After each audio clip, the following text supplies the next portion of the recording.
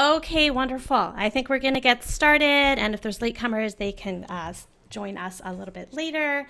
I'd like to start by welcoming you all. Welcome, cello players, and I wanted to congratulate you on starting your cello journey. I know that is a big deal for a lot of adults wanting to start cello later in life or take it up, and I just want to congratulate you on taking that step. I wanted to say hi in the chat, so it looks like a few of us have already introduced ourselves in the chat. So feel free to tell us where you're from, and let's talk about why we decided to learn the cello. So whoever's here, can you put in the chat, what was your main motivation for learning to play the cello? Let's see some of those answers.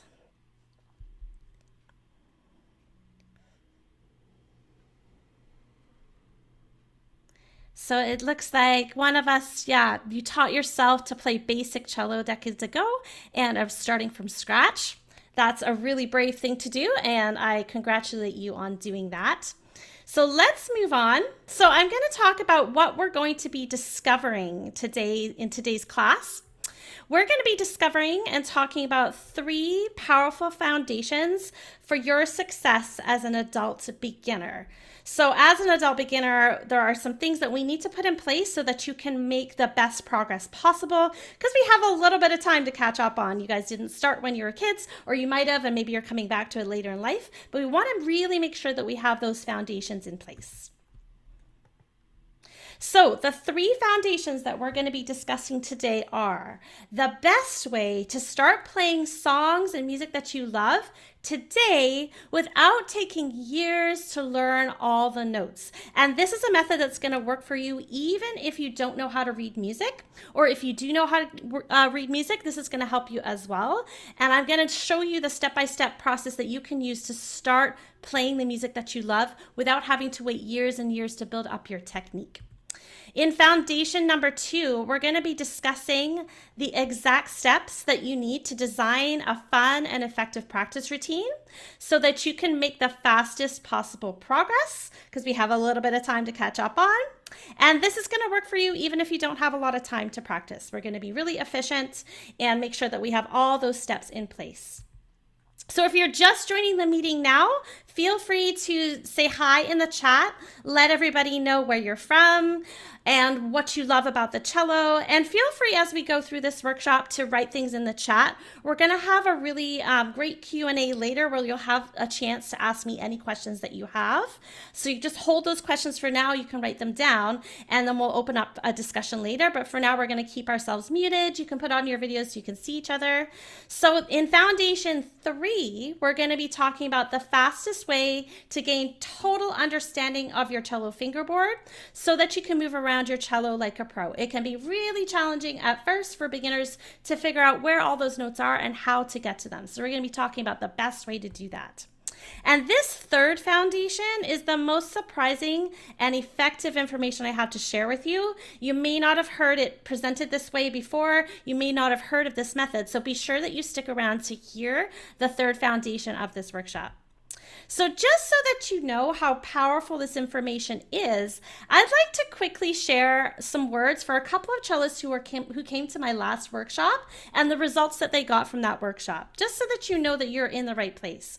So this is a testimonial from a student, Francois, and he wrote to me to say, Mia, I have to tell you the truth. I was so inspired and motivated ever since I participated in your workshop. The focus and determination in my own playing is completely renewed.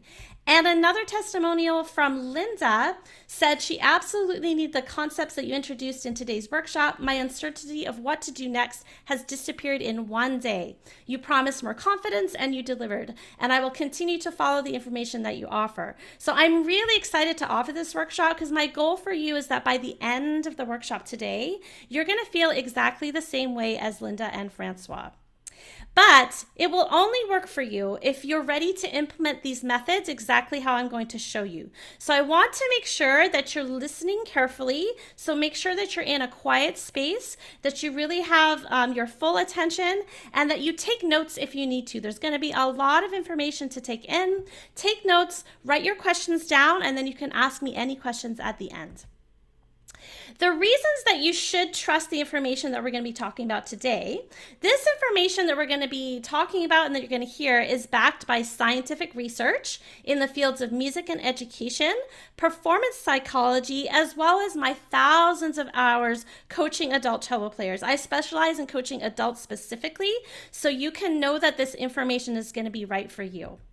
As well as being a professional cellist, I'm also a trained therapeutic yoga instructor, and I'm currently training to become a psychologist. So you can be sure that when we talk about a mind and body approach to cello, that you're really going to get the best up-to-date information on that subject.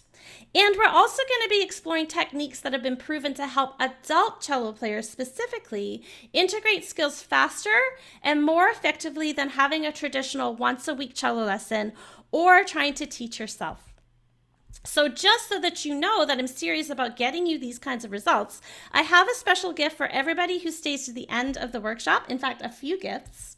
So you're going to be getting my popular PDF guide called 6 Ways to Play Cello with Less Tension and More Focus. And I'm going to be adding some bonus information from this workshop to that guide so that you'll have a really nice package of information that you can use going forward. And anybody who stays to the Q&A is going to be eligible to receive a free personal consultation with me and a special one-time offer only for cellists who attend this workshop. So be sure to stick around to hear those details. So I want to just take a second now that we have a few more people in the chat. So anybody who hasn't said hi yet, let's say hi in the chat. I'd like to just go through some of these comments from people. So Theo, it's nice to meet you, Theo. I got introduced to the cello about 7 months ago, but couldn't find a local instructor. Yes, that can be a very common problem. It's often hard to find somebody, and even if you do find somebody, they might not specialize in adult education, so that's a bit of a problem. So I'm really glad that you're here today, and it's going to be a really exciting time for us to get started on playing the cello. And who else do we have here? We have Dee. Dee, good to see you. Doder, who is in my program right now, summer program. And you say that your friend inspired you. She started to learn the violin. Yes. As an adult, it can be quite this this big thing to start a string instrument because it feels like something you should do as a kid. But I'm going to tell you that there are some really great ways that you can make that fast progress. So I applaud you for starting as an adult and taking on that big, exciting adventure. Okay, so let's continue. So now that you know where this information is coming from and you've heard about these great results, I hope that you're excited to get started. I'm really excited to get started. Hopefully you have a notepad. You can take some notes as we go through. Like I said, there's going to be a lot of information. So before we dive right into this information, I want to make sure that we are all centered in our bodies. So science shows us that our minds work better and we learn better when we feel grounded in our bodies. And this is true as cello players as well. We want to feel grounded when we play the cello. So we're going to take a moment to get grounded. So what I'd like you all to do, I'd like you to close your eyes. So just take a moment to close your eyes, roll your shoulders back, and we're going to just take a deep breath through your nose and slowly let it out through your mouth. So we're going to do this 3 times. So inhale through your nose and exhale slowly through your mouth. One more time. Inhale and exhale. Get comfortable in your seat or wherever you are. Roll your shoulders back one more time. Take a deep breath in through your nose and out through your mouth. Let's arrive in this moment. A lot of us are probably coming from a busy morning. Let's just make sure we're focused and calm. And I want to tell you a little bit about me and my cello journey so that you can really understand the path that I took to becoming a successful cello player and how my discoveries can help you. So just a little bit about me, a very short CV. My name is Mia the Creative Cellist, also known as. I'm an award-winning recording artist, and I've played as a soloist and ensemble musician in classical, folk, metal, pop, rock, and jazz ensembles, so I play it all. I have a cello performance degree from the University of Toronto, which is the sister school to Juilliard in Canada. I have teaching certification from the Royal Conservatory of Music, the Suzuki Association of the Americas, and I'm also a certified therapeutic yoga instructor, and some of those concepts are going to come into our class today. And I'm currently studying to become a psychologist as well. So I'm really interested in the mindsets that help us to be successful, whatever we're doing in life. And I've also attended hundreds of hours, and I mean hundreds of hours, of cello masterclasses and spent thousands of dollars being coached by some of the world's top cello players. And of course, I have met this guy, and I've done a few masterclasses with him. This man is an inspiration to every cellist out there. Everybody knows who he is. He is an amazing cellist, but most of all, he is an amazing human and pedagogue and teacher. So a lot of these concepts are things that Yo-Yo Ma would put his stamp of approval on. And here are some of my other amazing mentors that I worked with. Just a few. There have actually been hundreds of mentors. And I encourage you as a beginning cellist to get as many ideas from as many cellists as possible. In the last few years, I've led a thriving online community of hundreds of adult cellists and educators. Some of you may have found me through one of my Facebook groups or on YouTube. And all of the cellists in these groups have one thing in common. They're dedicated to finding more mindful and joyful ways to play the cello, designed to meet the specific needs of adult cello players, because you guys are not kids. This is a very different thing when you're an adult. And here are just a few of the faces of the people that I work with online every week in my cello yoga masterminds. And I'll tell you a little bit more about my programs later. I just wanted to show you these happy faces because I just love this picture. Everybody is so happy in this photograph, and I hope to make you guys happy like this today. So I'm going to tell you a little bit more about this wonderful group later, but first I want to share my story of how I got to where I am. And it's my hope that this story will inspire you and get you thinking about how you define success as an adult cellist. So my journey here wasn't easy. I felt kind of like this guy climbing up a mountain with his cello. I wasn't a naturally talented cellist or musician by any means. It took me a long time to figure out how to progress in the way that I wanted to, which I believe makes me a really good teacher for adults because I understand that struggle. So I struggled with a lack of technical foundation and confidence for many years before I found these methods that I'm going to share with you. As a music student, I didn't get into my first university of choice because I lacked a strong technical foundation, and I hadn't yet found the tools that I needed to progress as an adult cello player. And in my first year of music school, I suffered a tension injury in my left hand, and I had to sit out of rehearsals for the majority of the first semester. So it was a bit of a disastrous start to my professional career as a cellist. And then as my challenges kind of started to pile up, because in my second year, I had a baby, and I went from having the usual 4 to 6 hours a day to practice in music school to virtually having no time. Those of you who are parents understand that time crunch. And even if you're not a parent, as an adult, you understand that we do not have a lot of time in a day, and I did not have any time for practicing. So this was a potentially career-killing combo for any musician. I lacked solid technical foundation. I lacked confidence, and I had a very little time to dedicate to practice. So I knew that I had to change something or I wouldn't be able to keep pursuing my dream of being a professional musician. So what I did was I began a pretty serious journey to find and research the most effective methods to progress quickly and sound better. And I had to look far afield, not just with my teachers, but looking into all kinds of areas: psychology, performance psychology, music education, all these different fields, spiritual beliefs. And they got me to where I am now. The methods that I discovered completely changed the way that I practice. And to be honest, they completely changed my life. So if I can give you these tools, you're just starting out on your journey, it's going to be such a gift to be able to give you this knowledge so that you don't make some of the mistakes that I did when I was learning. So when I began to share these methods with some of my adult students, they started to have these really amazing results as well. This is Pam. She's one of my students in my VIP program. I just love Pam. She has such positivity, so fun to play with. And when Pam started with me, she had been trying to learn the cello for 6 years. And she told me at the end of that 6 years that she still felt like a beginner. And I know that some of you here may be coming back to cello later in life and you feel like you're starting again. So maybe you can relate to this kind of feeling. But she said that she was getting increasingly frustrated with this lack of progress. I hear this a lot from adults, that they get frustrated and sometimes you want to quit. But after just a few weeks of implementing these foundational skills that we're going to talk about, she wrote to me to say, "My playing has grown leaps and bounds since I started playing with you. Your classes are so fun, and these techniques just keep me wanting more."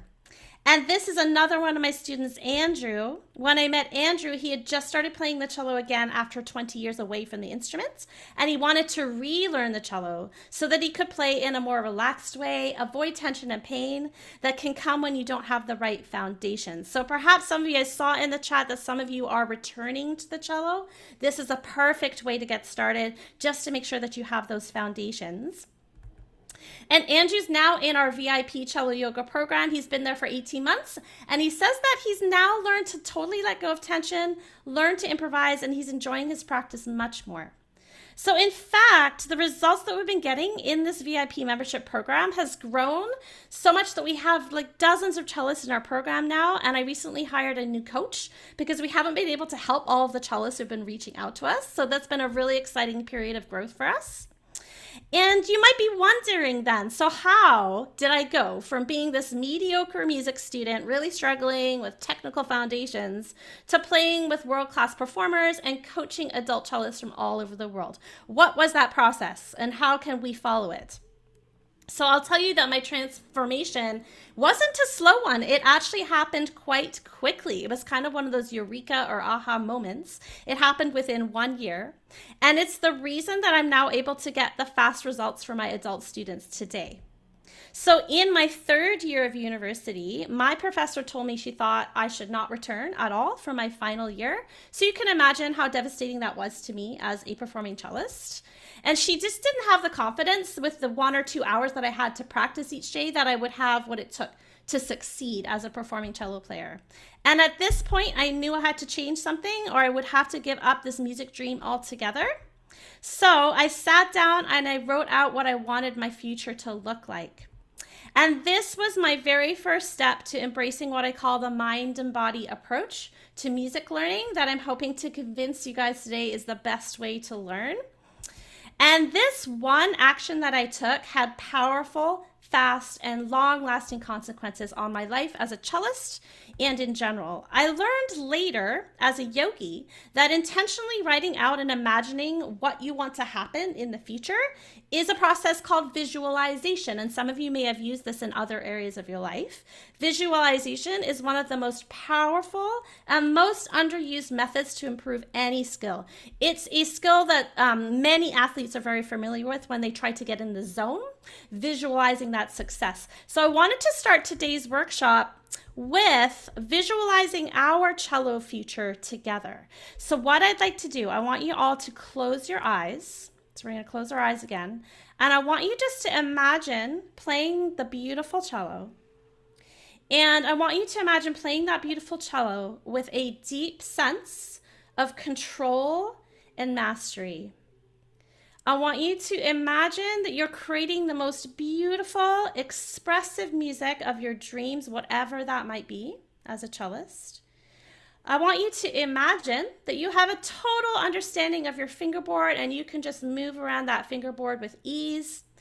And you know exactly what steps to take to make fast progress in your cello playing. In other words, you've become your own best teacher.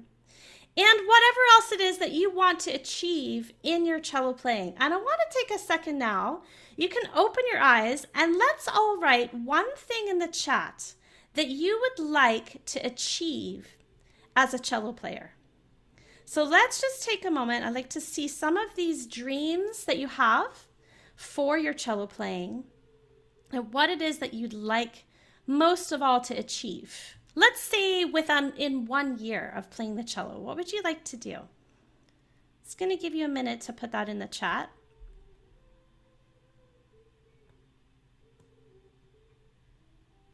Let's take a look here. It takes a little moment for things to come through sometimes, so let's just take a look. So Shauna wants to feel relaxed and confident. Yes, yes, that is an amazing goal. Relaxed and confident as a cello player. You may think as a beginner that that's hard to achieve. It is not. If you have the right method, you can achieve that very quickly. Anybody else? Anybody else have something that they would want to achieve? Theo. Is it Theo or Teo? Theo? Theo.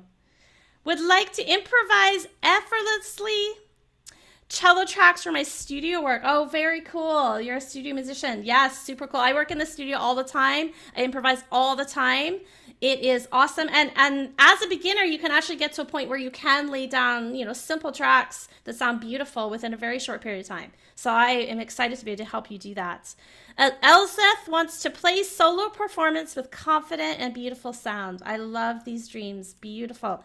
Donna would like to play socially and confidently accompanying other musicians. Yes, beautiful, wonderful, wonderful goals you guys have. I want you to keep those goals in mind. Sometimes we lose sight of those goals while we're going through our process. So if you have a goal like that, I feel like it's very important to write down your exact goal, put it on a piece of paper, and put it somewhere close to where you practice. Stick it up on a wall so you can remember when you're getting frustrated in your practice why you started this process.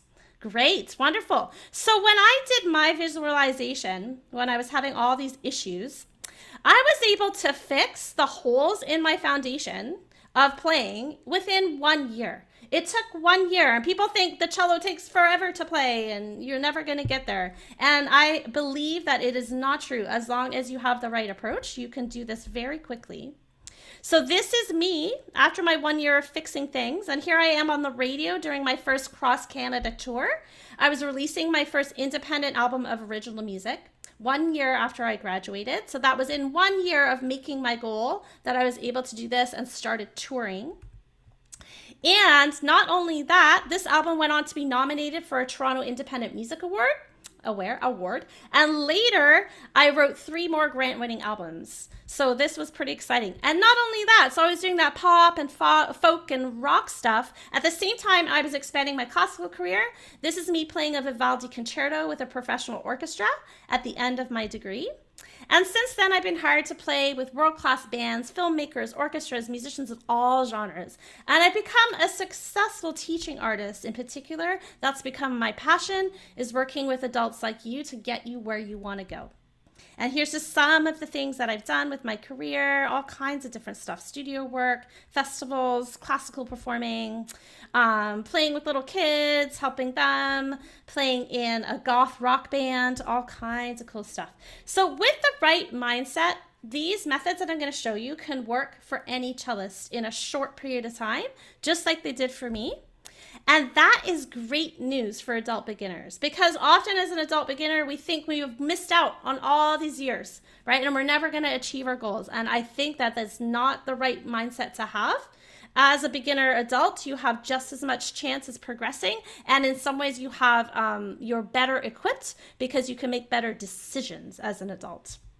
You can achieve your cello goals and you can do it quicker than you think with the right methods. A little bit like Scotiabank says, you're richer than you think. You can do this quicker than you think if you have the right tools. So let's dive into it. So we're going to talk about foundation number 1. So this is where I want to get out our pens so you can take some notes. So foundation number 1 is the best way to start playing the songs you love today without spending years learning to read all the notes. Now, I know as beginner cellists, some of you will be able to read music already. You're probably coming from other instruments. Some of you will not. It doesn't matter if you can read music. You can play the music you love if you use this foundation. So like every well-trained classical music student, I arrived at university with a plethora of sheet music, huge amounts of sheet music, study books, scale books, all this music that I had been reading and learning from for years. In traditional classical training, this is how it goes. Students read music, they practice scales and studies every day, and in that way we progress. But what I quickly learned from being around other music students and around experts is that the cellists who played the best and learned music the fastest were not those who spent the most time practicing technique and reading music. Surprise, surprise. In fact, some of these masterful cellists that I knew of never played scales at all. The method that these brilliant musicians used is the primary foundation of all music making, and yet this is the most neglected step. And I think it's because we've become kind of divorced from the foundations of making music. This is the most neglected step in musical practice in both students and professionals, especially people who are coming from a classical background or learning in a classical setting. Top cello players, when you meet them and you interact with them, and students are masters at this unique skill called audiation. And we're going to talk about what audiation is and how to apply it with our cellos. So audiation is a term that was first coined by a music theorist in 1975. His name was Edwin Gordon. And it refers to the comprehension, so the understanding and internal realization of music, or the sensation of individual hearing or feeling sound when the sound is not physically present. So what the heck does that all mean? That's a bit complex, right? So all the world's best musicians have a highly developed mind's ear. It's a little bit like artists have a mind's eye. Highly developed musicians have this mind's ear, and they make it a priority to work with their mind's ear every day in their daily practice. So you can kind of think of this like a flashlight that sheds light on the musical sounds that are in your brain. Practicing audiation, and this is something you can do with your instrument and away from your instrument. Practicing audiation is going to teach you to use your mind's ear to connect to your body so that you can make quick adjustments and express the music with more expression, with more emotion, with better technical facility. To develop this ear as a musician, you need to eliminate visual distraction. So that means you need to put your sheet music away. You need to stop looking at your fingerboard. You need to take the tapes off your fingerboard. And what you need to do is you need to focus your attention primarily on the sound you're hearing and the sensations and feelings that you're having in your body. And this makes sense, right? We're dealing with a oral listening sense. We don't want that visual distraction because that's going to take away from our ability to hear and feel, especially when we first start the cello. When musicians approach music this way, it's easier to play in tune. The body gets more relaxed. For those of you who have that goal of being a relaxed, confident musician, and your mistakes can be fixed much faster because you're more in touch with your body and what you're hearing. It's also the most effective way to learn and remember songs when you're a beginner, even if you haven't learned to read music yet, and especially if you haven't learned to read music yet. So how do we practice audiation so that we can start playing songs that we love today? Because that's the point, right? We want to hear something and start to learn to play it right away. So the most powerful and fun way that I've discovered to improve your audiation is to improvise and to sing. Now, I know when I say improvise and singing, for some people, you're probably getting tense right away. You're probably thinking, that's crazy. I cannot make up my own music. I just started playing the cello. And for some of you, you might be thinking, I don't sing. So why would I improvise and sing at the same time? So here's the good news. You don't need to be able to carry a tune at all to audiate, and you don't need to be a great improviser. So this is something you can do as a total beginner cello player, and we're going to be doing this together. All you need is a simple note pattern and a willingness to make some kind of vocal sound, some kind of sound. For many people, humming is best, because if you're not a great singer, you can just kind of hum and feel and hear the sound in your head. So if you have a cello, we're going to do this together. So what I'm going to do, I'm just going to move back, get my cello here so that you can see. If you don't have a cello, not a big deal. You can just observe and listen. Just move this here. Just take a second to to make sure that you can see me, okay, on your screen. We can see my left hand here. I'm going to walk us through what we're going to do together. 1 second, I'm just going to move ahead. Okay, so what I'd like you to do, we're going to do just a little bit of audiation. We're going to learn a very simple pattern. We're going to play it in 2 or 3 places on our cello, and then we're going to take this pattern and we're going to improvise using the pattern, okay?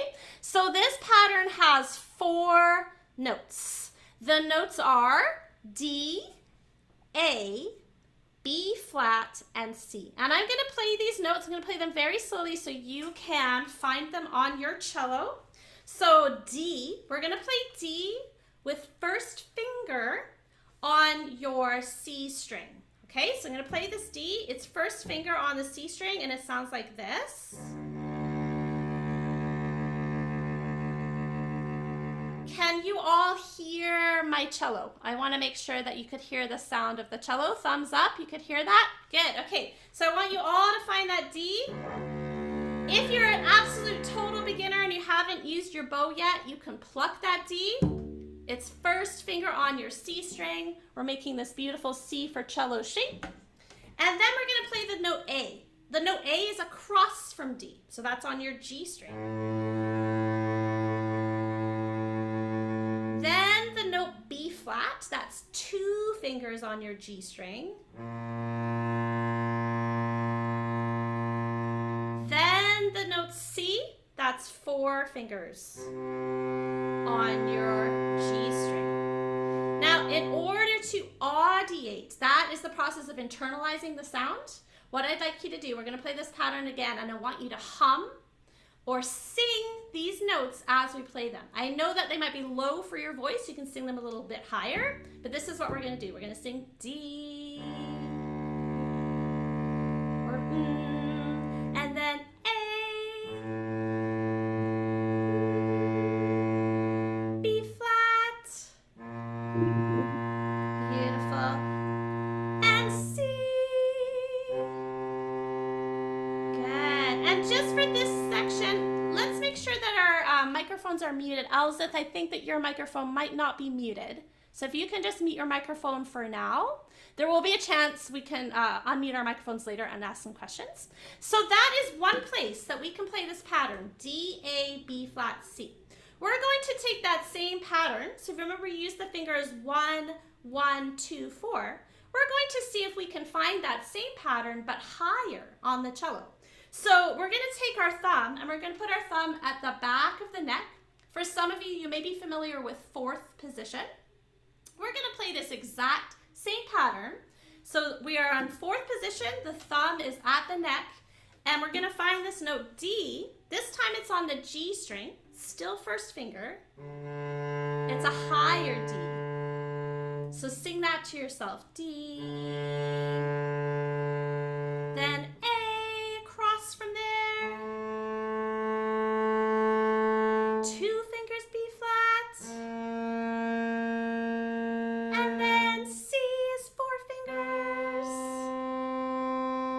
Okay, so we have 2 places on our cello that we can play this pattern. We have the lower one.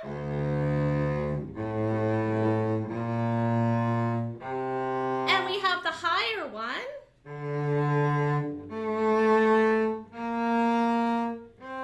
Both with the exact same finger pattern. So now we're going to do something really nice with this pattern. We're going to take this pattern and we're going to improvise. So I'm going to put on some meditative music. It's kind of an ambient D minor kind of dark piece of music.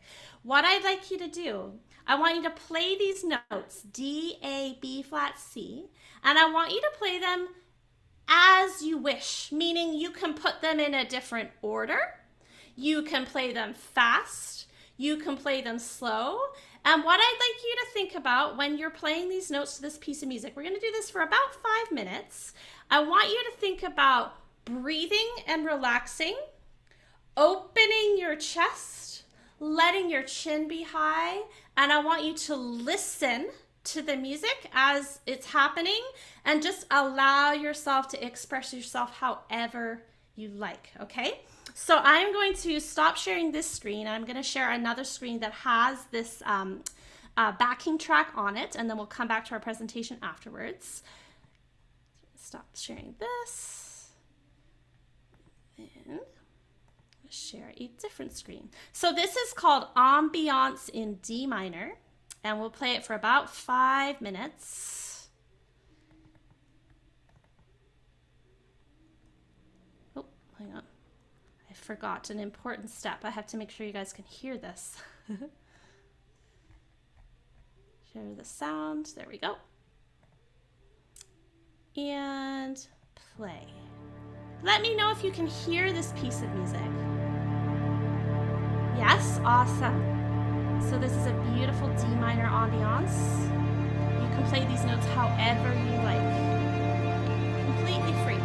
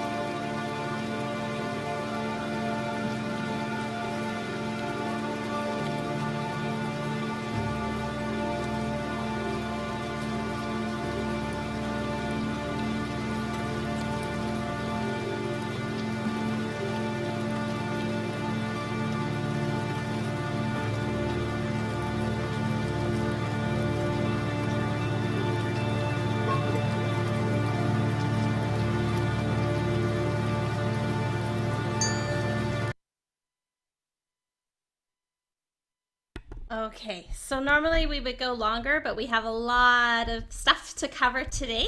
But hopefully you got a great idea of how calming and relaxing and beautiful it can be just to take a few notes and play with them. And as a beginner, this is a really nice thing to do because as beginners, sometimes we might feel like, oh, I have so much to learn. But it's really good to connect with the idea that even as a beginner, you can make beautiful sound with very simple patterns. I do this all the time in my classes. We have beautiful ambiance and we can just explore and play. So I'm really glad that you enjoyed it. I would love to do that more, but we have a lot of stuff to cover. So what I'll do is at the end of the workshop, I will send you a package. I'll send you like a link to that. So if you like to, you can explore that a little bit more. But for now, we're going to get back to our presentation. So here we go. Okay. So I wanted to kind of just talk for a second about some of the ways that you can improve this process of audiation and how to get better at it. So we talked about if you're playing the notes, you can sing them. So that really opens up your mind's ear. Another thing that you can do that I found really helpful is to explore the cello in some different ways. So this is something you can try later when we have a bit more time. You can try plucking the notes with your bow, without your bow. That's often easier for beginners to pluck notes, so you can explore. You can try playing in different parts of the bow, so just to get some more diversity in your improv. What's really important as a beginner is to take breaks whenever you get tired, because this is something that you're getting used to, your body is getting used to, so don't push yourself beyond what your body wants to do. Let yourself have a break. And then, as I said, you can hum the notes while you play and also explore seeing if you can find these groups of notes at different spots on your cello. So we had done like a lower pattern, we did a higher pattern. You could even go higher on your cello, see if you can play that pattern higher. So a lot of different ways to explore audiation. And another thing that I love to do with audiation is that I really love to turn the lights off entirely, because again, music is an oral thing. We want to get in touch with what we're hearing and what we're feeling. So one of the really great ways to do that is to sort of sensory deprive yourself of sight. Turn off the lights, play in the dark so you can really get a sense of what you're doing with your instrument. And it can be really magical and really, if you have a tendency to feel kind of nervous and stressed, turning those lights off can really help with that as well. So the process for learning any piece of music should always start with the step of audiating. And I find that that is not the case for many cellists. We instantly put sheet music in front of us and we start to try to decipher what's there. But you should always start with this process of audiating. Of course, you will have sheet music probably at some point to learn, but you should never forget this foundation of listening and internalizing the sound. That's your main job as a musician. Listen, internalize, adjust. It is not to decipher things on a page, even though that can come up a fair bit. So if you remember this fundamental principle, you're going to be able to start playing the music you love right away. Because what you can do is you can listen to tiny sections. Say there's something complex you want to play. You can listen to a tiny section of it, and then you can start picking it out on your instrument. Don't be afraid to do that. If there's some piece that you just love and you've always wanted to play, a lot of teachers will say, oh, you're not ready to do that. Let's not do that yet. I encourage you to do the opposite. If there's something you want to play, you've always wanted to play, it's going to take time. It's going to take this process of listening over and over again, but I encourage you to try it bit by bit. See if you can pick it out with your ear. When you use sheet music, or when you don't use sheet music, you will learn it faster. And you're going to be more accurate than if you develop, this strong habit of audiation. So I have a challenge for you, and this challenge, you can write it down, you can try it after our class today. What I want you to try and do at some point in the next week or next few days is I want you to find a song that you really love. And ideally, it's going to be a song that has a simple melody that's kind of like an earworm for you. So when you hear that melody, you really know how it goes, right? It's a song that you love and you know really well, whatever that may be, right? And what I want you to do is I want you to audiate it. So try kind of humming it and then see if you can start to pick it out on your cello with your mind's ear. Right? We don't have to wait to start playing the music that we love. We can just start right now. We just have to do the work. We have to listen, we have to try and find it, and that's how that works. So this challenge is something that jazz musicians do all the time. And this is where I learned this skill from. It's called lifting. And many jazz musicians historically didn't even know how to read sheet music at all. Some of the most famous jazz musicians never learned to read music. All they did was listen. And imagine this, they listened to records of their most famous or their most favorite artists. They'd listen to those records over and over and over again. And then they would teach themselves. They had their instrument, they listened to the record, they just keep kind of repeating parts of it, and gradually they learned the notes. And this, honestly, I feel like is the best thing you can do for yourself as a beginner cellist. Much better than putting a scale in front of you or a piece of sheet music, which you will do later, but it's much better if you can connect with the music right away.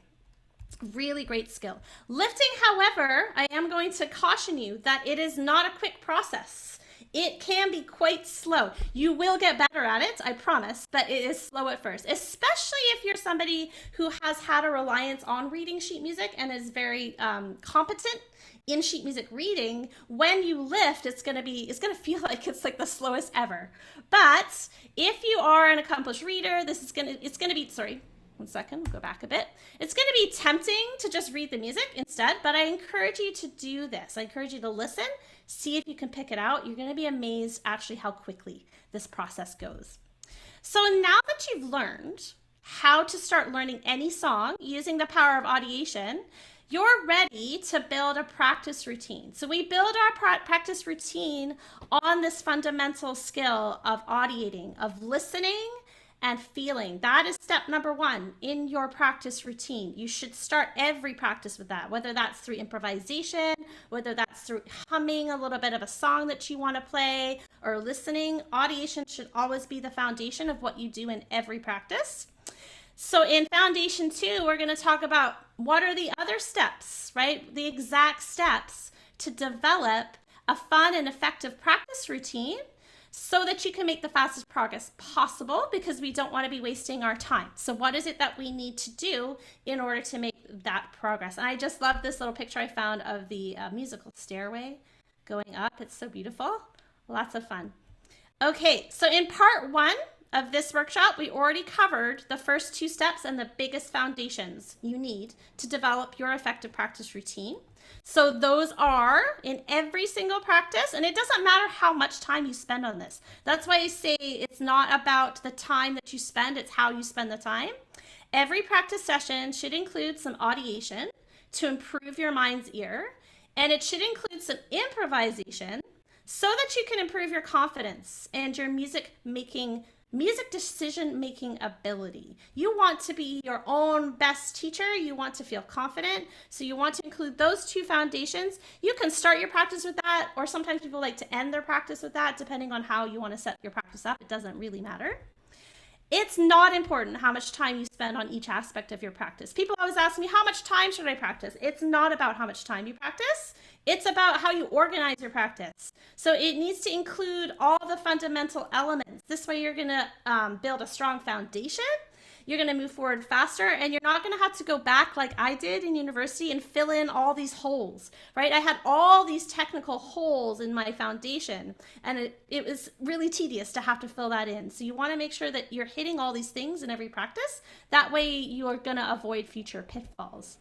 So let's explore another essential practice element that I've seen get results for hundreds of my adult students and my professional colleagues. And that is the concept of mind and body awareness. And this is a concept that sort of comes from sports psychology, is somewhat pertinent in a lot of spiritual practices, but this is something that can really help you to make very, very fast progress. So every time you sit down to play your cello or interact with your cello, you need to be bringing your whole self to the process. Now that might seem kind of obvious, but it's very difficult to do. Until you have the right steps in place, it's very difficult. Many people tell me, oh, when I'm practicing, I'm in a room and I'm thinking about the work that I have to do, or my kids, or the chores I have to do later, or whatever. They're not bringing their whole selves to the process. So we need to develop a way to bring our whole self in so that we can really absorb learning and do it faster. So just like athletes have to train their bodies and their minds to perform at their best, musicians have to do the same. It doesn't just happen naturally. We need to train that focus. So if you remember, I told you that when I was a young musician, I was full of tension and anxiety, and those two things kind of go together, right? You feel anxious, your body gets tense. Your body gets tense, you feel anxious. So my mind and body were all out of whack, right? It wasn't working for me. For years, these problems held me back from playing my best. And I see it with my adult students that haven't really got through this barrier yet. But one day, everything changed for me, and I'll tell you how and how that could work for you. So in my second year of university, I attended a strict Ashtanga yoga class. So if any of you have done yoga, there's a certain brand of yoga, Ashtanga, which has very strict poses that you move through very, very quickly.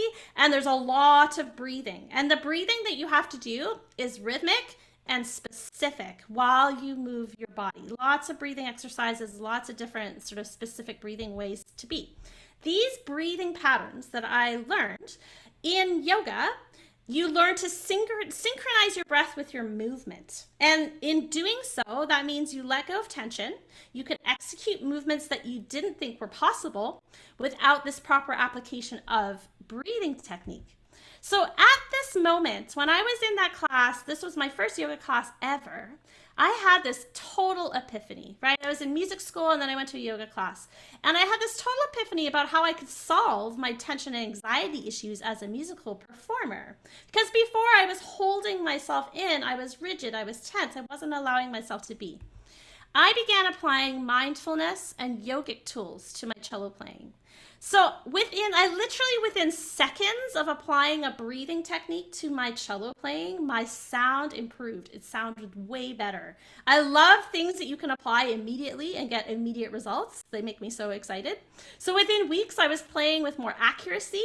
And within just a few months, my professor told me that he'd never heard a student improve their sound so quickly. So for me, this was just like a total revelation epiphany. And I began trying these methods with my adult students, and they started to have really similar incredible results in their sound and their confidence as well. So after years of improving this method, because I kind of started working on it in university, and then it's been, just in the last 5 years, I've really put this together. I created Cello Yoga, and that's now the foundation of all my coachings, all my group workshops, and including this one that you're participating in today. This program has helped dozens of adult cellists of all different levels. It really doesn't matter what level you're at. It's really, really helpful and powerful for beginners, I think, because you get to start the right way. And it helps you to apply mind to body tools to help you reach your dreams. In cello yoga, we approach every movement, so every single movement on your cello from this mind and body perspective. So we're thinking about integrating our movements with our musical expression, and most importantly, working towards feeling confident and relaxed. I very strongly believe that if you feel confident and relaxed when you play, that your playing will show that. It'll sound better. It'll sound beautiful. It'll sound confident and relaxed. So the very first cello yoga movement that I developed was called the long bow meditation. And I want to try this together with you, with your cellos. We're going to do a long bow meditation. And this is based on a yogic concept. So in long bow meditation, you combine meditative and yogic breathing with your sound production on the cello. And what this does, it may take a little time for this to sink in, but it usually creates a deep sense of connection with your instrument, and it improves your sound, which is fundamental. We all want to sound better, right? So what we're going to do before we pick up our cello, so what I'd like you to do, if you have your cello, put your cello down to the side. We're going to pick it up in a second. But the first thing I want you to do is just to sit on your chair, and I want you to make your core tall. So you're just going to lift your body up, roll your shoulders back, and I want you to inhale, 2, 3, 4. Hold your breath, 2, 3, 4. Exhale, 2, 3, 4. Hold your breath, 2, 3, 4. This is what's known as square breathing in yoga. It's a concept that gets you very regulated and in touch with your core. We're going to do it one more time without our cello, and then we're going to try it with the cello. Inhale, 2, 3, 4. Hold, 2, 3, 4.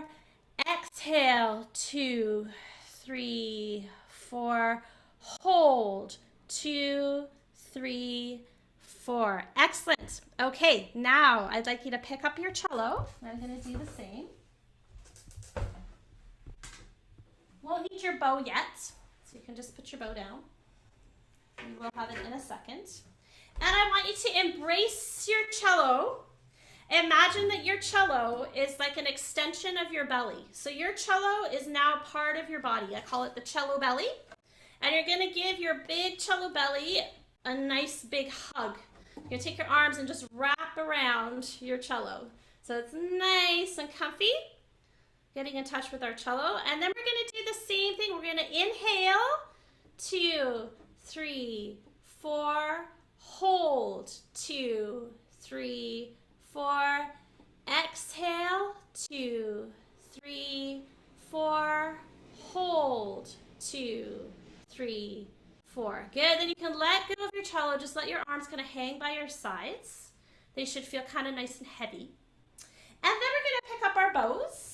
If you have learned to play your bow, which it looks like most of you are. And what we're going to do with our bow is we're going to place it at the frog. So this part of the bow, we're going to put that on the D string. Just put your bow on the D string and place that bow halfway between your fingerboard and the bridge. We call that middle lane. I can move this a little bit so you can see. Middle lane is halfway between the fingerboard and the bridge. And I want you to do the same breathing exercise. So you're going to put your left hand just wherever it's comfy. I like to maybe sometimes put it on the side of the cello like this. And we're going to inhale, 2, 3, 4. Hold, 2, 3, 4. Exhale, relax, 3, 4. Hold, 2, 3, 4. So what we're doing here when we're breathing and we've just set our bow in place is that we're creating the environment to create a balanced and non-anxious filled sound. We're going to create a beautiful sound that's very balanced. So now what we're going to do is we're going to move our bows with our breath. So I'm going to demonstrate what that looks like. I'm going to inhale for 4 with my bow at the frog. Inhale, 2, 3, 4. And on the exhale, 2, 3, 4. You're going to move your bow all the way across to the tip. Exhaling while you do that. We're going to try that one more time. So bow at the frog. Inhale, 2, 3, 4. Exhale, release, 2, 3, 4. Beautiful. And when you exhale like that, you'll often feel kind of a sinking sensation in your body. That's what we need to make that beautiful sound. So now we're going to combine down bows and up bows with our breathing. So it's going to go like this. We're going to inhale for 4, 2, 3, 4. Exhale, 2, 3, 4. Inhale, 2, 3, 4. Exhale, 2, 3, 4. Inhale, 2, 3, 4. And every movement that you do is synced to your breath. And you're using the big muscles of your body. So you want to let all of the muscles below your shoulder be super relaxed as you play. So that's how we do a long bow meditation at its most simplest. There are many creative ways that you can adapt this to your own practice. You can try it on different strings. You can try it with different notes. But the fundamental idea is that as you are playing, you are syncing your body and your breath together. And you'll find that if you're able to master this skill, your rhythm is going to get really good because you're going to be able to feel the rhythm in your body, and your sense of relaxation and sound quality is also going to be improved. So I encourage you to try this as part of your practice every day. If you're working on sound quality and sound production, which most of us are, even at my level, I do this every day to get myself grounded. So important to feel grounded. It really helps to get you focused as well. Okay, so we'll move through this. So I found that mind and body methods like this, and there's many, many different ones, but this is just one of them that I developed. They work really fast to help adults release tension and play with more expression. They get you out of your head and into your body, where we need to be as cellists, right? We need to be feeling and hearing out of your head. When you're a beginner, this is also really important to help you not get tired, to increase the oxygen flow in your body so you don't get tired, so you can have more endurance. We're going to explore more soon, but what I'd like to do, because we're at the hour mark, what I'd like to do is we're going to just take a minute here for you guys to have a little break. So you can just go if you need to go to the bathroom, if you need to get some water. We'll come back and we'll start again in 2 minutes, okay? So let's just take a little break. You can stand up, walk around, and we will be back in 2 minutes.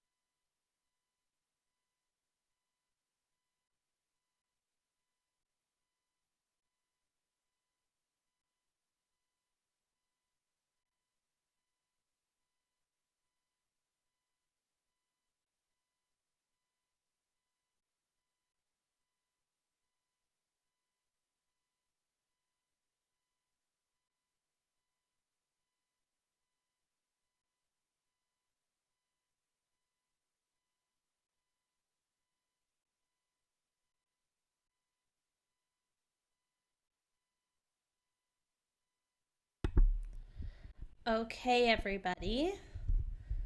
Took a nice short break there. Hopefully we are refreshed. And let's keep going.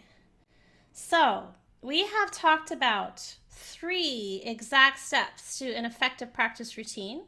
So far, we've discussed audiation, so listening and hearing the music in your head, improvisation as a way to improve your audiation skills, and we talked about the importance of a mind body connection so that you can sound good, you can play for longer, all that good stuff.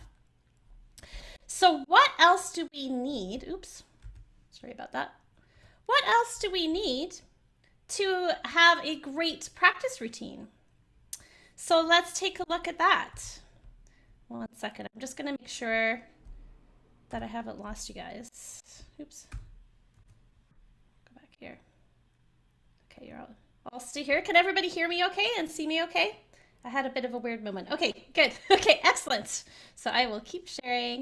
I want to make sure I have all your faces. Okay, so another essential element of a really great practice session, and this is where we're going to start to get a little bit technical because we've worked on kind of our mindset, getting a good sound, improvising, improving our hearing.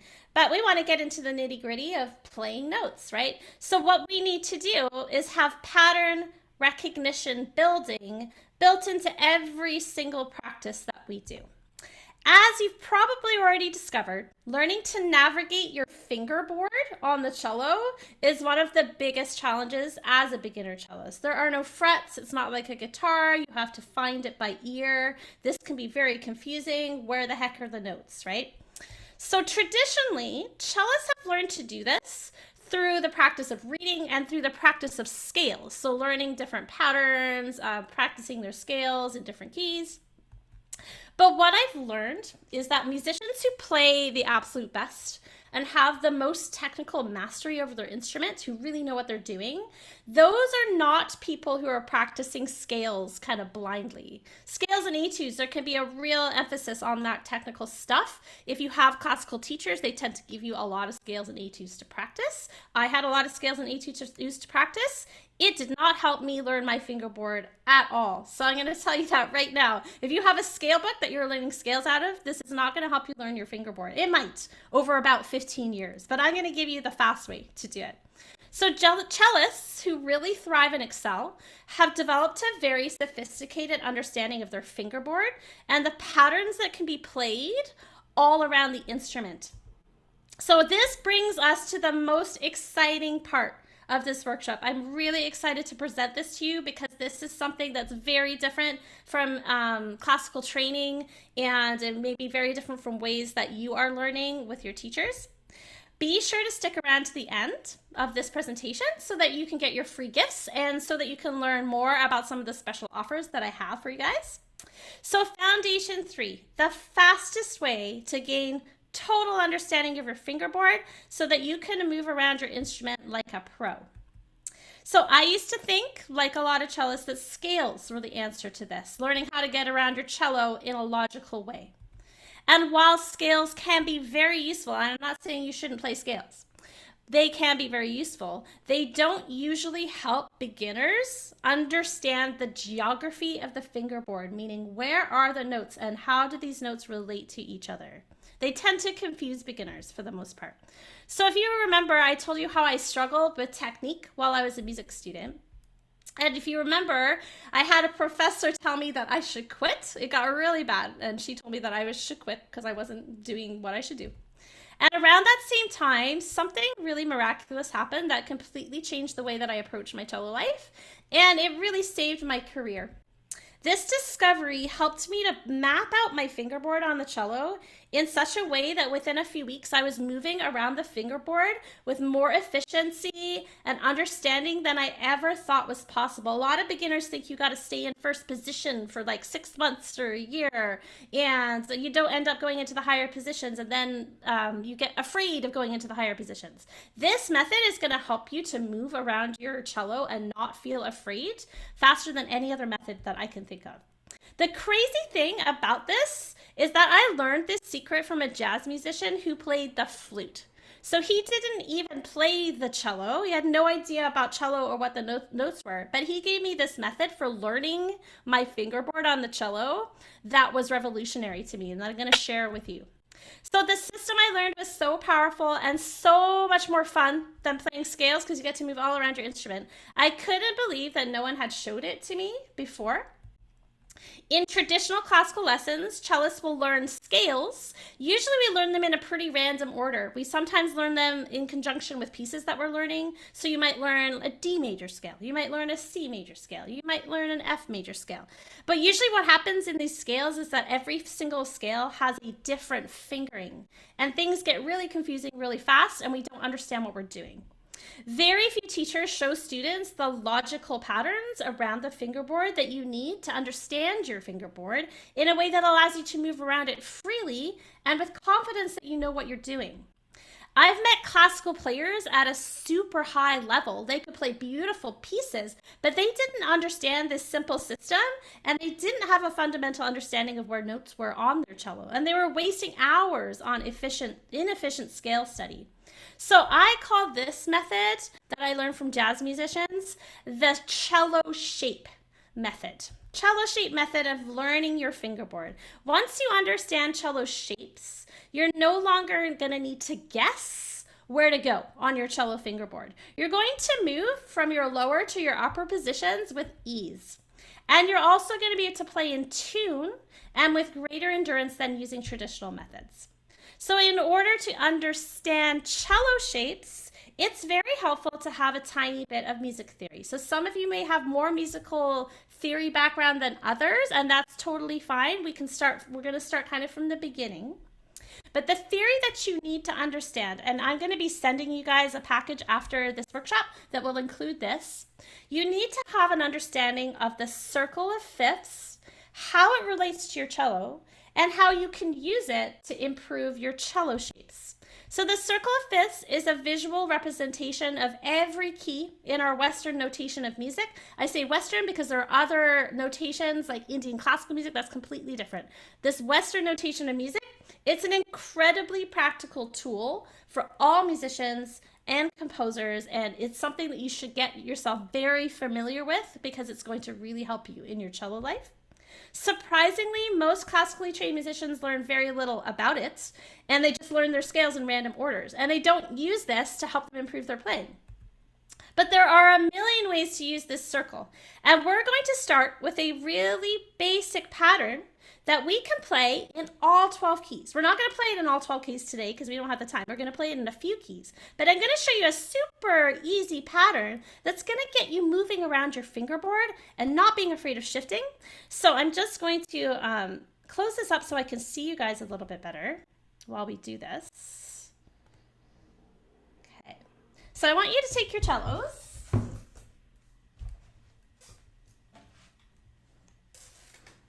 And we're going to use, remember I said audiation is the key to every single thing we do on the cello.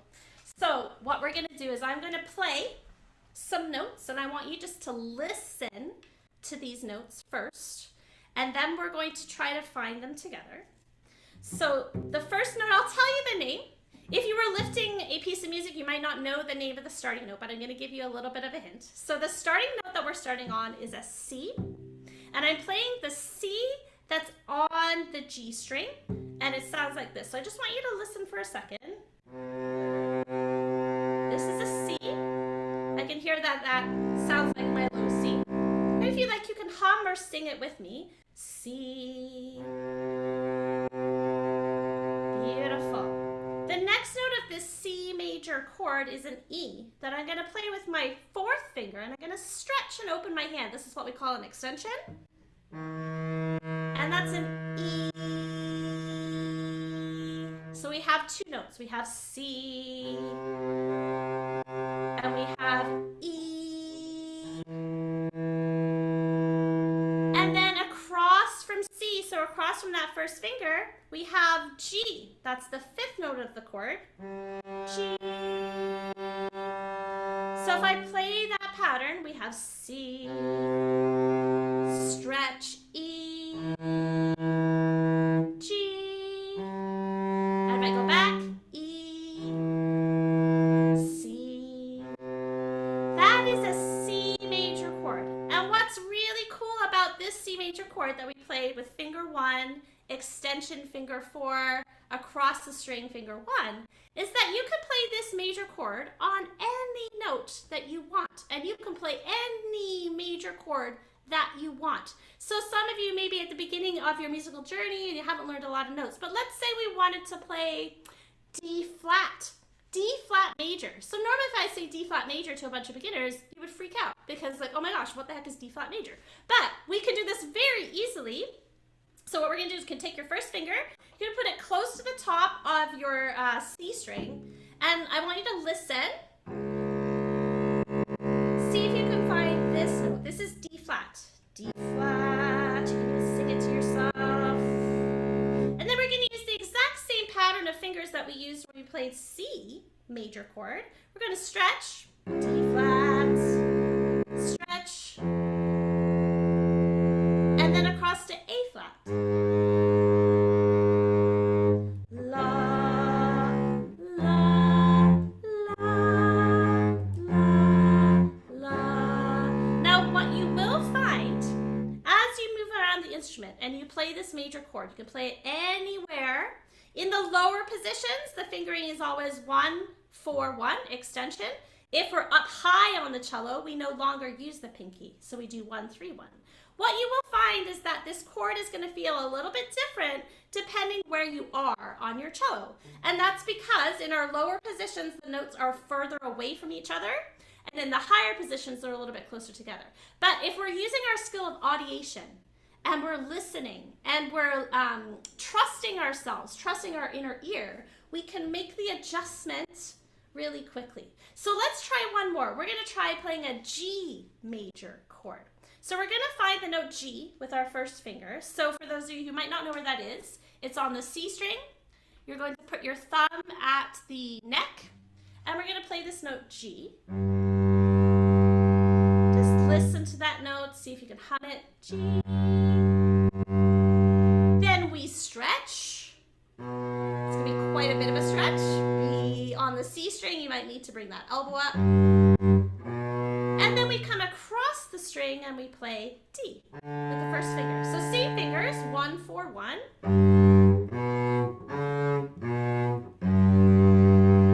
So what's really powerful about this, about learning chord shapes with the same fingers, is that you can start moving all around your instrument, as opposed to trying to learn a C major scale, then a G major scale, then a D major scale, which you can learn and should at some point. But this allows you to start listening and understanding the patterns that happen all around the instrument. And if you do more of this as a beginner, you're going to be less afraid to move into higher positions, and you're going to trust your ear more. So we don't have time to go through all 12 keys, but if that's something that you're interested in, we can talk about it at a later date. But that's something that I encourage you to try, playing that major scale pattern in all 12 keys.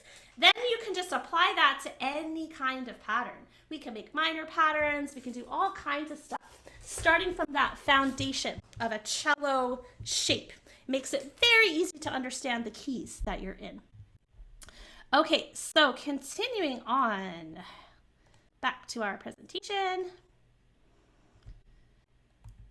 Okay, simplicity is best. Yes, so the pattern that we just did, the cello shape, call this cello shape number 1, which is a major chord shape. We did a fingering, that was finger 1, extension 4, finger 1, that was the C major chord. If you start that pattern 1, extension 4, 1 on any note, you're always going to make a major chord. You may not understand how powerful that is yet, depending on where you're at in your cello journey, but when you're able to, say, look at a piece of music and see the name of a chord and be able to play it right away, that's a really great skill to have. Okay, so learning these shapes is going to help you to visualize your fingerboard like a guitar player does. So some of you may play guitar. Guitarists visualize their fingerboard. They have the frets, but they learn in shapes. So understanding the pattern of notes and keys rather than just what finger to use kind of in the moment of your scale. It's much more efficient to learn this way than learning different scale patterns, because the finger patterns that you're going to learn with cello shapes remain consistent in every key. So in other words, they're universal fingerings, a lot easier to learn that way. And you're learning to listen and shift from very early stages in your cello playing. And that's something that I find that beginners lack, is often you'll play a lot of beginner music, it's all in one position, and then by the time you have to shift, you're already kind of afraid of that process. So this makes sure that you're already shifting early on in your cello playing. And you're going to play more in tune, because you're going to understand the exact shape to use, you're going to be able to hear it, and remember, we're going to be listening, and it's going to feel a certain way. So we don't have that visual distraction of learning notes on a page. To get the most out of your cello shapes, I encourage you to experiment with your own shapes. So one really fun way to do this, to use cello shapes, is to pick a short, easy tune that you know. So the other challenge I gave you was to try and lift a tune. Once you've lifted the tune, see if you can find a finger pattern for that tune, and just a little piece of it, that you could use and start that tune on all the notes of the circle of fifths. So start out on every single note and see if you can play your tune in all those notes. You are going to improve so fast as a cellist once you start doing that kind of thing, playing tunes in all 12 keys. It's going to be astonishing. So what is next? So far we've discussed audiation, we've discussed improvisation, we've discussed mind and body awareness, and we've discussed cello shapes. What is missing from our amazing practice session There is a key factor that is missing here. There is one essential action that every beginner cellist, I very much encourage you to do this. You need to implement this in order to be successful, and most importantly, in order to be motivated over the long run to keep playing the cello. So many adults I see quit within a year or two, and the reason is that they haven't done this. So the most important element that you need, and I don't think I would be still playing the cello today if I didn't have this element and if I didn't implement it into my cello life, is that cello players need a community to be successful. And what do I mean by a community? What kind of community do you need? So every beginner, every cellist, never mind beginner, every cellist needs a supportive community of other cellists. And this is what I had right going through music school. I was surrounded by cellists and surrounded by experts, because you're able to work together to solve your problems, and you have that continuous support of expert mentors. A big mistake I find, many beginners make this mistake. You sign up for private lessons, but then you have very little support or guidance in between, and then the motivation just kind of dies. Only having private lessons, which is something I find a lot of people do, they're told, oh, the best thing to do is have private lessons.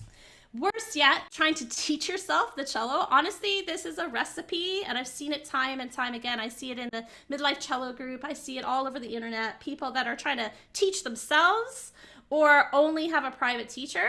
This is a recipe for frustration, bad habits, which are going to slow you down, slow progress, and at some point you may feel like quitting, just like Pam did, right? She'd been learning for 6 years with a teacher, and it wasn't coming to anything. So for most cellists, private lessons, there's a reason for this. And it's not that I'm saying don't have private lessons, because absolutely that's super important. Most cellists have private lessons, but their teachers don't offer these opportunities for growth and the necessary daily input. When you're learning something that's complex, like the cello, you need to be able to have feedback from a mentor as you grow, and you need to have that fairly daily. When I was in music school, I was able to talk to my teachers every day if I needed to. And if you're going to progress quickly, this is really important, right? As an adult, you need to catch up a little bit. So most beginner adults quit the cello because they become demotivated and discouraged by their technical challenges, because this is a technically challenging instrument. So if you surround yourself with cello community and experts, your chances of succeeding, enjoying what you're doing, and following through on your cello dreams are way higher. So if you think back to what it was you want to accomplish at the beginning of this session, think about how you want to accomplish this and what it's really going to take to do that. You're not going to be able to progress consistently alone in a practice room. And that was a mistake that I made during university when I was doing 4 to 6 hours of alone practice. Sometimes that was productive, and sometimes I really wasn't really coming ahead at all. And it wasn't until that I met a community of jazz musicians and people that I could play and practice with that I actually started to progress well. So we're going to talk a little bit more in a moment about how you can surround yourself with that community and guidance. But first, I want to review what we've learned, because there was a lot here. So we're going to go over everything that we've learned.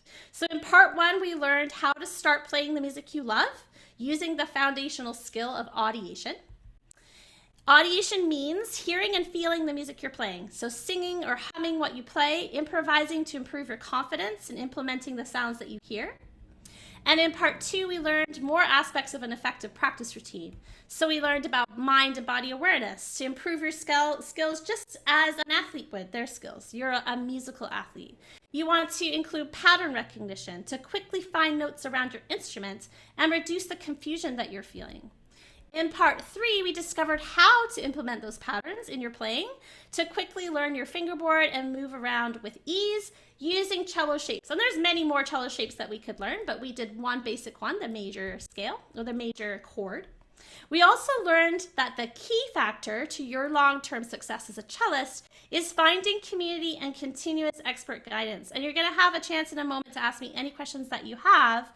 I want to make sure that you don't fall in the trap, and a lot of beginners fall in this trap, of only having private lessons or trying to teach yourself the cello. Those are two dead end paths that I see just leading to frustration constantly.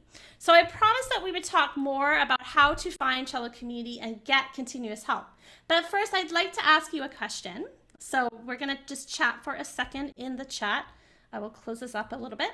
I want to ask if you're enjoying the workshop so far, and if you are, what it is that you found most valuable so far in our session. So let's just take a look in the chat.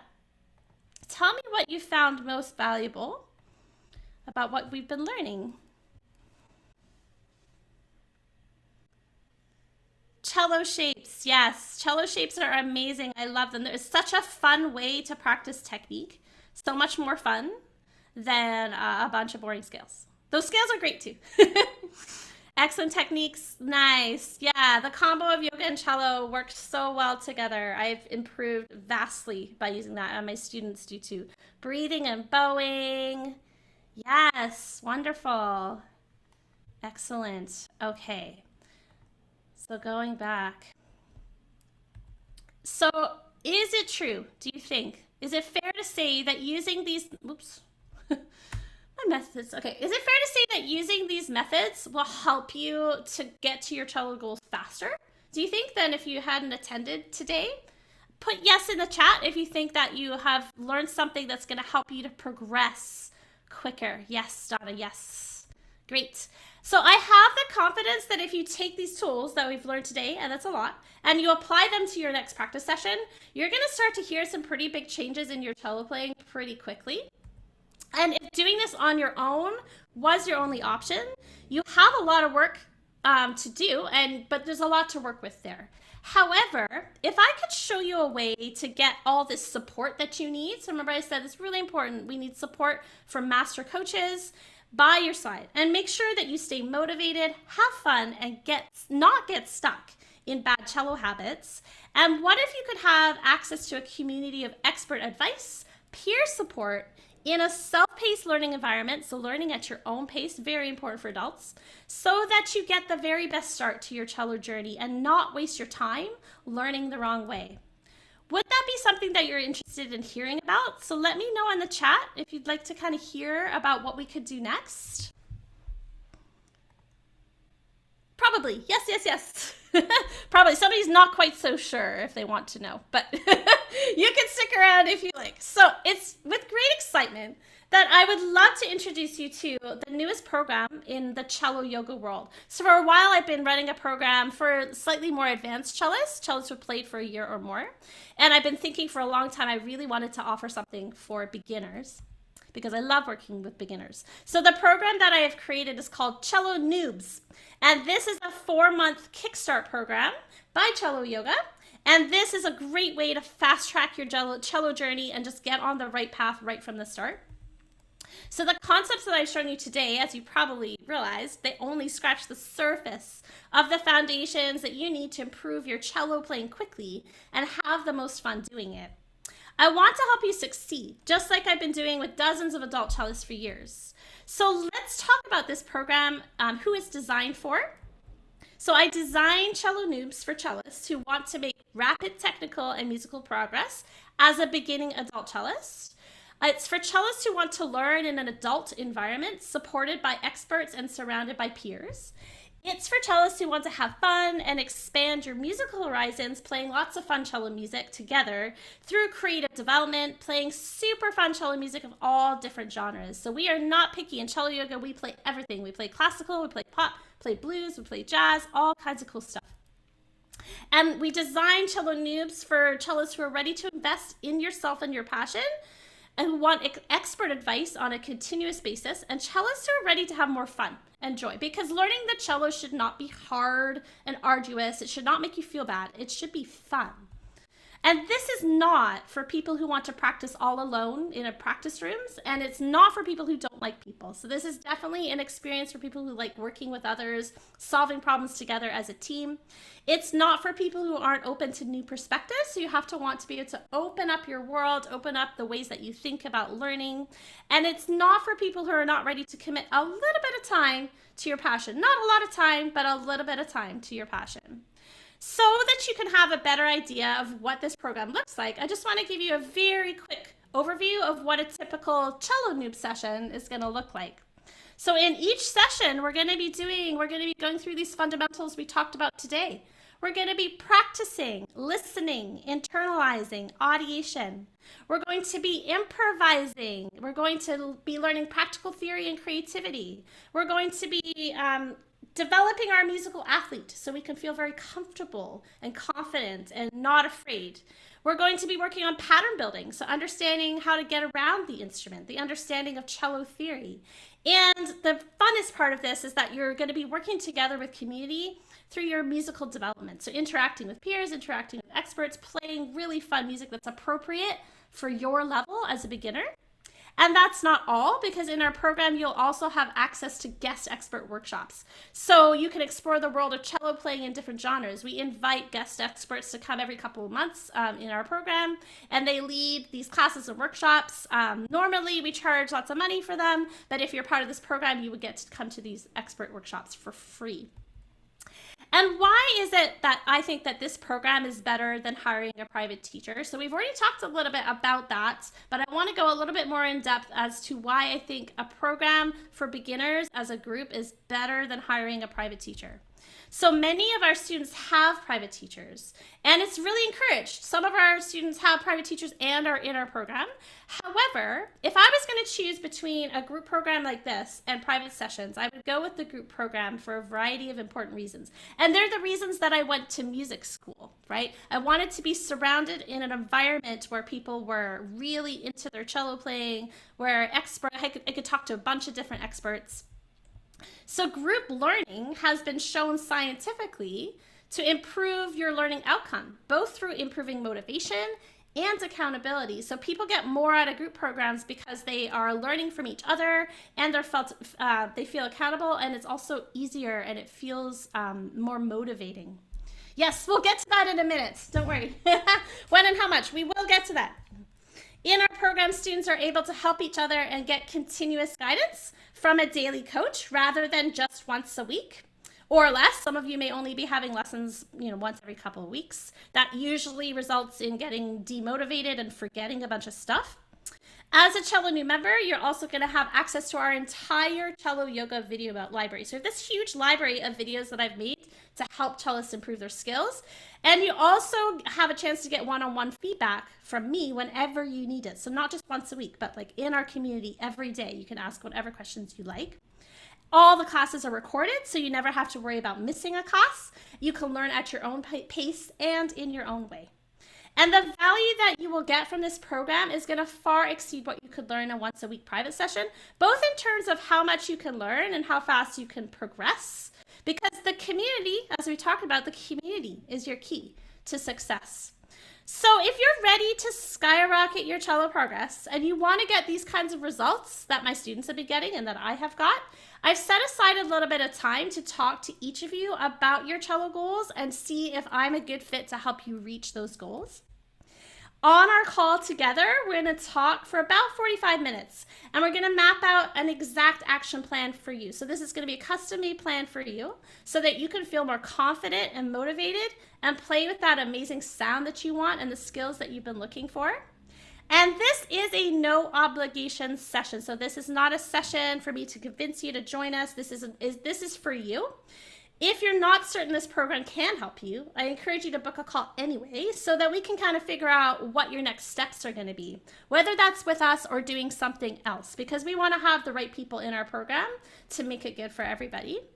So if you're interested in doing this, on the booking page at celloyoga.ca, you'll find a calendar where you can book your session to talk to me, and I can help you out with whatever you're struggling with in your cello playing.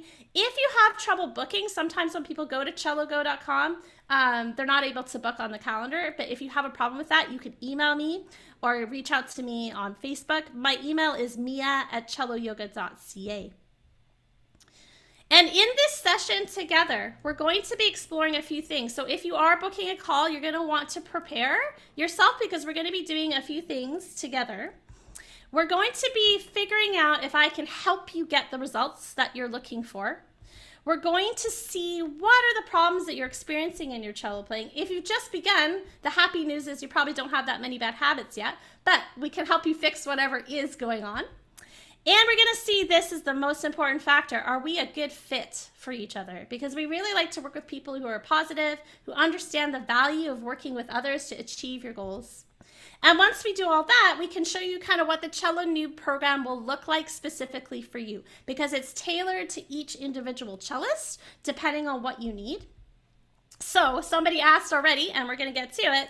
You might be thinking, this is going to cost some money, right? And it's true. There is an investment to join our program, this 4-month program. It is a small investment because the great news is when we were considering our tuition costs for a program like that, we looked at other programs that are out there. First of all, there aren't very many that do, or actually none, that do what we do exactly.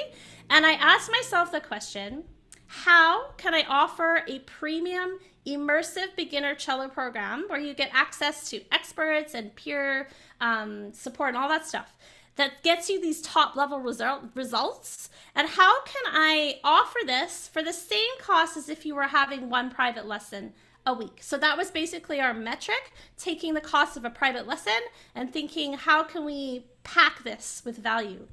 So we asked ourselves how we could do that and offer 10 times that kind of value, right? In getting your community support, all these different things.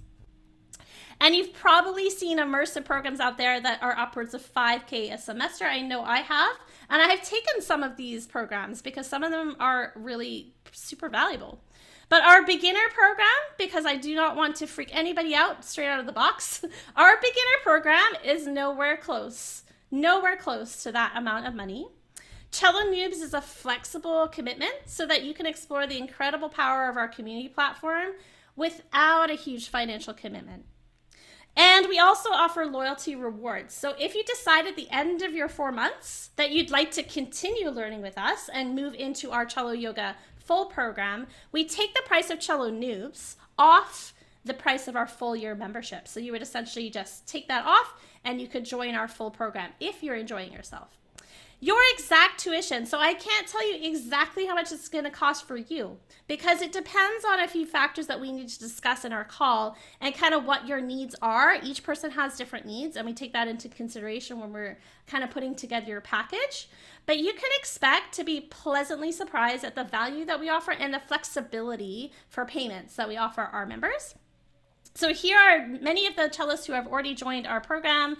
There's a bunch of them that are not here. This is about half of our cellists. And they've been seeing some really great results.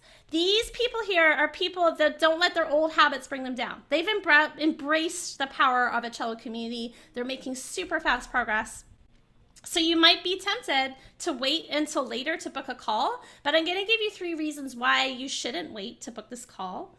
And here's one of them. My schedule only has enough capacity to handle 10 calls within the next 7 days. And I'm doing 4 of these workshops. So there's going to be more people. So if you want to book now, you'll want to book now just to make sure that you have a chance to talk with me. And on top of that, our program has a participant limit because I want to make sure that this is a VIP experience. We're not going to put hundreds of cellists in a classroom together. So if you're interested in joining us, we need to chat right away to make sure that your spot can be reserved for you. And as well, here's another bonus of booking your call today. You'll be able to claim a free class pass. So if you book a call with us and we get to chat, I can invite you personally to come and visit our Cello Yoga community and experience all the fun and the learning for yourself. So cellogo.com, that's where you're going to go if you want to get your free strategy call with me and claim your free Cello Yoga class pass. And email me at mia@celloyoga.ca if you have any problems booking your call. And for those of you who stuck around, I am so thankful that you stuck around to the end. If you would like to claim your free gift, what I'm going to be doing, I'm putting together a package for everybody who came to the workshop. So you don't feel that you need to click away now. You're going to get your free guide. I'm going to send you some resources for being a mindful cellist, things to help you get started as a beginner. So you can expect to get that in your email within the next couple of days.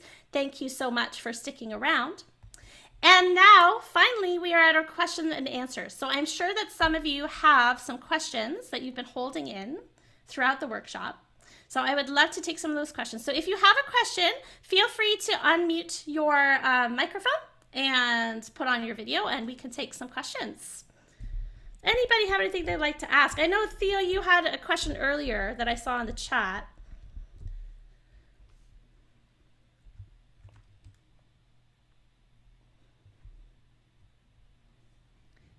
Hi there. Oh, I'm not quite sure if we can hear you, unfortunately. Sounds like your microphone might not be working. Hmm. Yeah, that's okay. Let's take another question. We'll come back to Theo. Anybody else have a question or thoughts or just comments about the workshop and what you just learned? Anything that you would like to share? Don't be afraid. Speak out. Let's see. Can I start? Yes. Shauna. Go ahead, Shauna, and then I'll get back to Theo. Can you hear me? Yes, we can hear you. Okay. Well, first of all, thank you so much for this information. It's been Yeah, you're wonderful. welcome. As far as the cello yoga or even the cello noobs program Yes. do you use a particular curriculum or you just kind of It's like what my own design curriculum, and it's based on the 5 foundations that we were talking about today. So the foundations that we went through, every cello session that we do, we're going to be touching on all of those foundations. It's my own personal curriculum that I have developed over like 30 years of playing the cello, but they're structured in such a way that we go through each of those pillars every class together. Yeah. Okay, thank you. Yeah, you're welcome.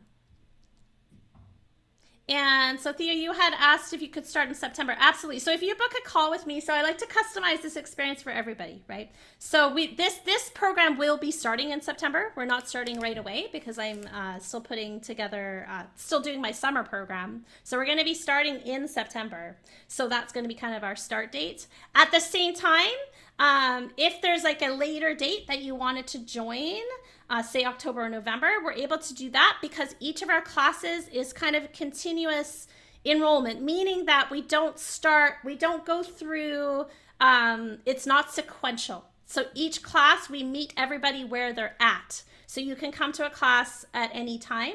So if you need to start a little bit later, you can. But if you want to start with a cohort of beginners, then September would be the time to do that. Yeah, for sure. Yeah, book your call and we can chat about that. Donna, did you have a question? I did. Yeah. I actually just booked a call for next. I thought it was Eastern Standard Time was what Yes. I was booking. Yes. So I'm wondering if I could. I booked 10:15 my time. I'm wondering if I could change that to 8:15 my Yeah, time. for sure. So all you need to do is just go to the page I thought it and was your rebook. time. Yeah, no, that's okay. You can rebook. Yeah. Oh, okay. Yeah, it should usually the booking page for the most part will show it in your time. That's how it's programmed to do.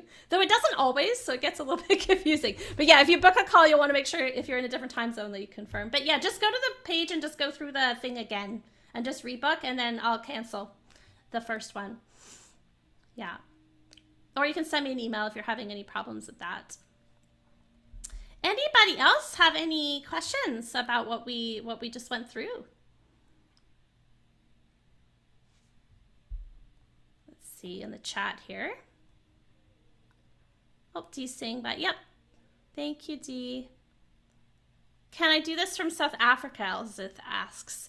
Yes, so if we can chat, if you book a call with me, we'll go through what the schedule is. But there's no reason why you couldn't, because even if you're not able to make the live session, all of our sessions are recorded and the community is open like 24/7. So I wanted to create a program where people in different time zones were able to interact and get the help that you need. So even if like the live session isn't quite right for your schedule, you can watch it afterwards and then you can come into the community and get that one-on-one support that you need.